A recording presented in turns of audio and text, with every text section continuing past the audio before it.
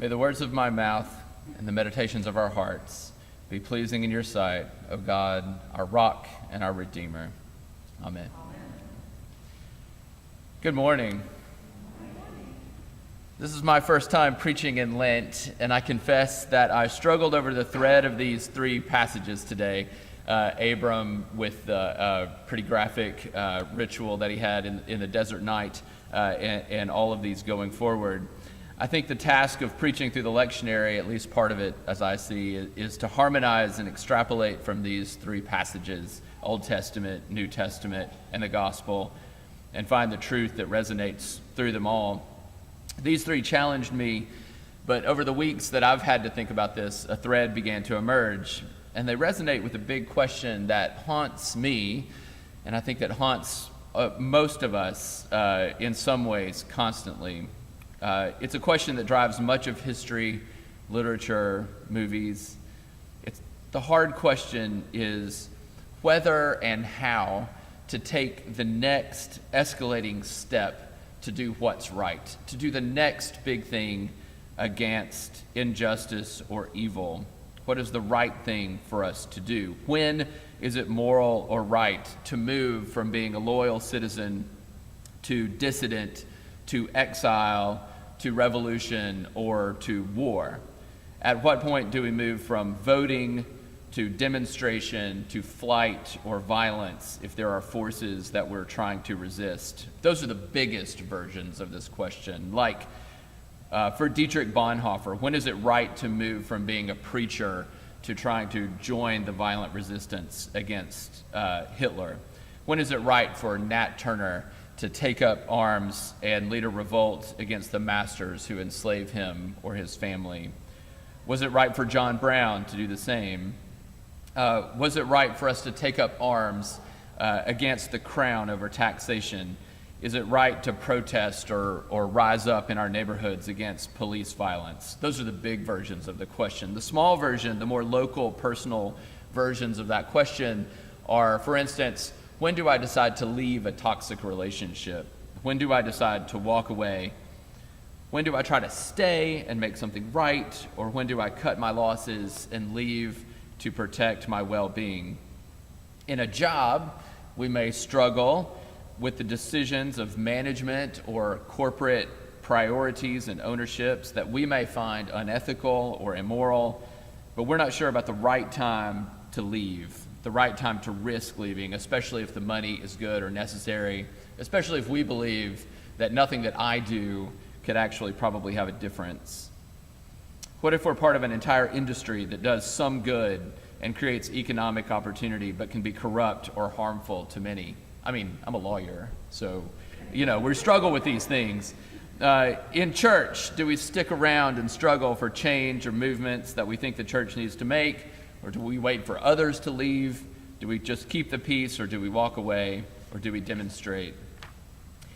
In truth, we're often, perhaps constantly, trying to find out whether and when to take the next steps toward what we know to be right against the pressures that would keep us still and would keep us quiet. So we hesitate and we tarry, we ponder, we justify, sometimes we capitulate and give up. But sometimes we rise with courage, we step out in faith and conviction and hope, with optimism and love, trusting that the path we know to be right and good is right and good, whatever the cost. And that's a thread running through these three passages. Across these eras, we see three very common but different human responses in response to a call or a mission. They illuminate the boundaries and barriers that sometimes keep us from stepping bravely into the light when we feel the calling of God to push us beyond complacency and fear into important and necessary, sometimes painful, but always beautiful journeys. First, Abram, not yet Abraham, in a crisis of doubt that he has made the right decision, that he has placed the right bet. This is before there are any scriptures. This is before there are judges and kings or prophets in Israel, before there's any such thing as the Hebrew people. Abram gets a call from God, the God he follows and thinks he knows. And God calls him to get up and leave and go to a new place, sacrificing comfort and stability and the expectations that he knows, and to try something new. God calls him to get up and leave. He does not understand what he's doing, but he promises him generations and generations of descendants, nations, kingdoms, people. And Abram's like, but thanks, this isn't working out. How do I know if this is legit? This doesn't seem to be working out. It's not what you told me. I love this completely honest question. God, honestly, this trip sounded good, but it's pretty big risk and it doesn't seem to be paying off right now. How do I know it's worth it? How can I be sure that the sacrifice you've asked me to make is actually going to be a benefit later on? This is a classic and sound cost-benefit analysis, and who among us wouldn't join him? I've got it pretty good. I had it pretty good. Now you're asking me to go on this big adventure, but it hurts. It hurts a lot, and I'm not sure that this is going to be worth it. And God nods patiently and says in the most dramatic and serious way, I promise. Abraham sees that God is serious. So on little more than a promise, he strikes out into the wilderness of voluntary exile, walking over the horizon toward a promise he can't prove will benefit generations he will never know. This week in the news, I read about a growing protest in Europe that is actually coming over to the United States, led by German teenagers who have been boycotting school on Fridays, which sounds kind of fun, but they're working hard to demand immediate, urgent action on climate change. These students are taking unexcused absences, they're getting in trouble, they're missing tests to force their parents and governments and schools and businesses to wake up and get moving on this generational crisis to literally save the world. One girl on NPR said, "Our parents say they love us, but they're leaving us with a broken planet with no plan B." At our house this week, we were talking politics around our table. Shocker. And our 7th grader said, "I don't care who gets elected to be president so long as they make laws for gun control." Because she's afraid of the violence that stalks our land, and because people in her generation are tired of being killed at school.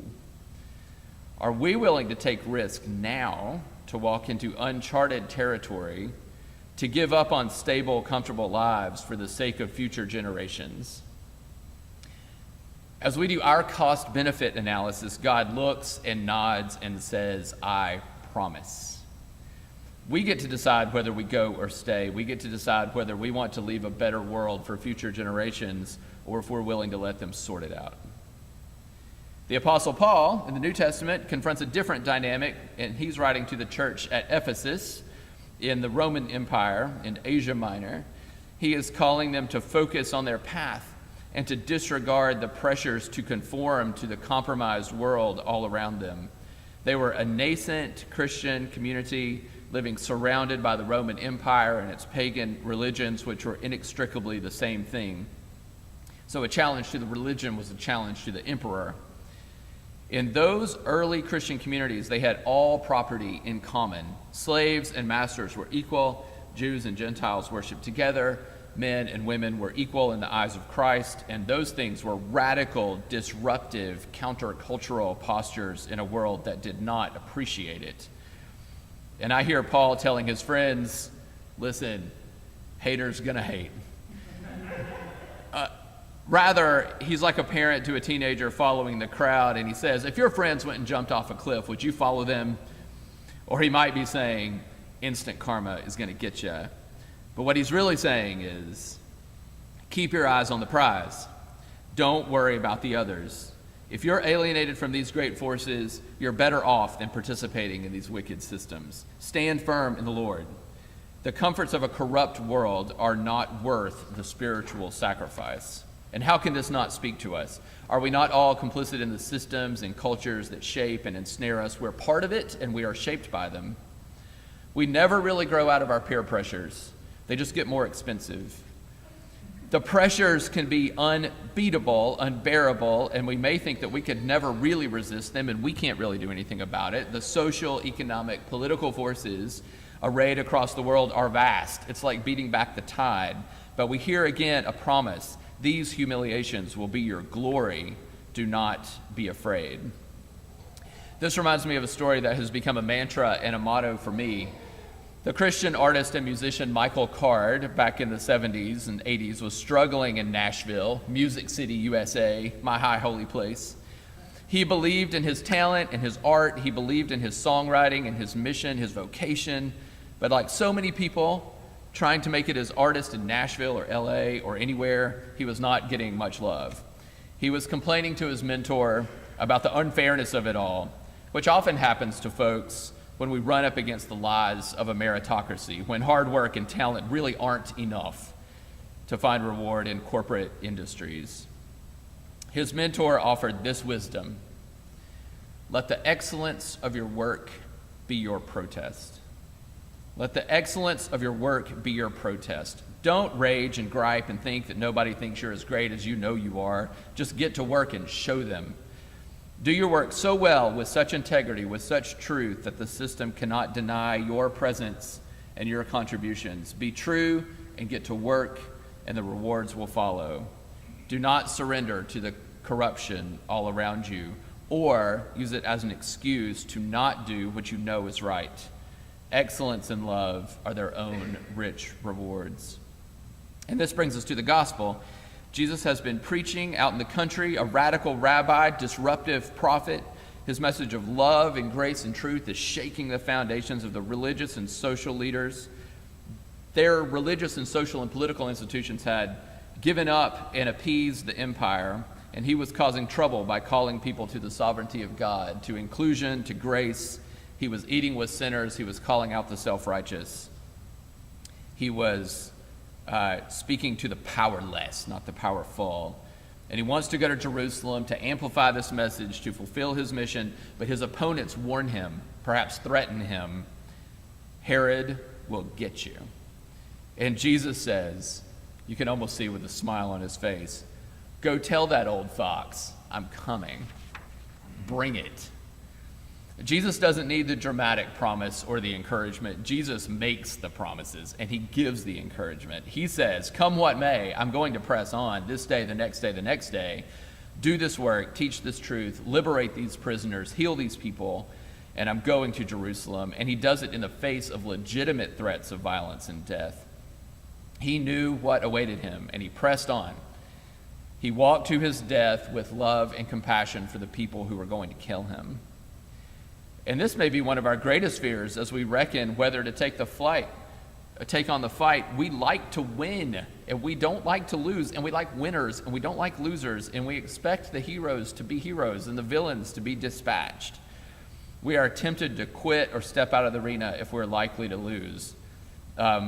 We don't like to step into a lost cause.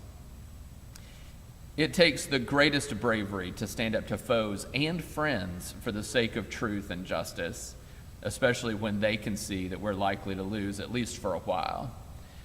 My Southern hero lawyer, Atticus Finch, from To Kill a Mockingbird, said it this way. His son Jim was asking him why he took on this case for Tom Robinson, even when he knew there was no hope of winning at trial. And Atticus said to Jim, I wanted you to see what real courage is. Instead of getting the idea that courage is a man with a gun in his hand, it's when you know you're licked before you begin, but you begin anyway, and you see it through no matter what. You rarely win, but sometimes you do. Atticus and Tom Robinson lost, but they illuminated the darkness all around them, and they gave their children something more important than the casual hatred and the banal evil all around them. Now, this is not a lesson that if we just persevere and do what's right, everything will work out and there will be happy endings. That's an extrinsic motivation, and there may not be happy endings.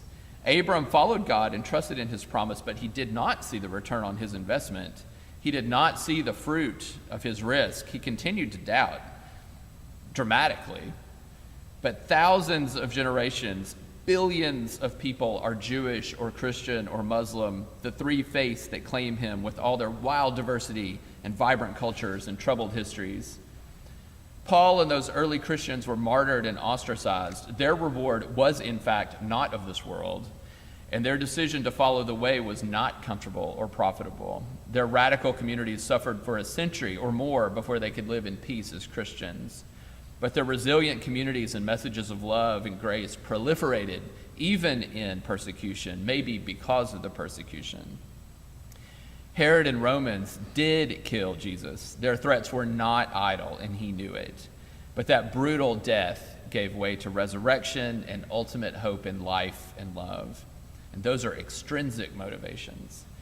The seeds we plant now, the journeys we embrace today, will benefit generations to come. That the unpopular stands we make for love and justice and inclusion and equity now are worth the pain and struggle, because justice, inclusion, love, and equity are their own rewards. That risking death for love and grace and life will always yield more love and grace and life, come what may. Now, this is easy to say. It's much harder to live and persist in doing good and seeking right paths when we are alone, when it's dangerous. This week, there was an act of terror in New Zealand where a white supremacist murdered 50 people and put 36 more in the hospital. People in peaceful worship in a mosque because a racist man hated Muslim immigrants.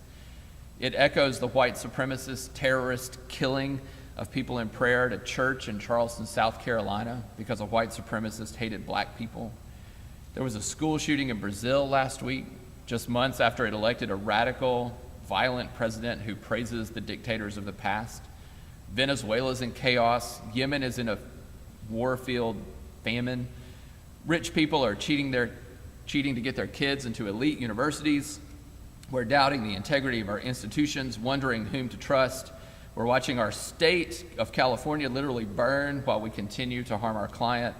These forces seem too big to fight.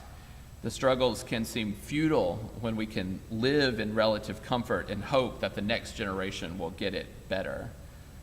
But to stay put and to stay out of it, it can seem so rational and so smart.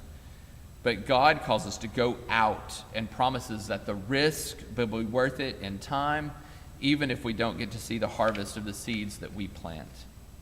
We should stand for love and faith and hope, joy and reconciliation, even when they are countercultural and costly, even when they are not profitable in a world that demands profit. They are worth the risk. Even when we know we're licked before we begin, but we begin anyway, and we see it through no matter what. We rarely win, but sometimes we do, even if that win is just holding back the forces of darkness and fear for one more day or one day after that, until love and light prevail forever. Amen.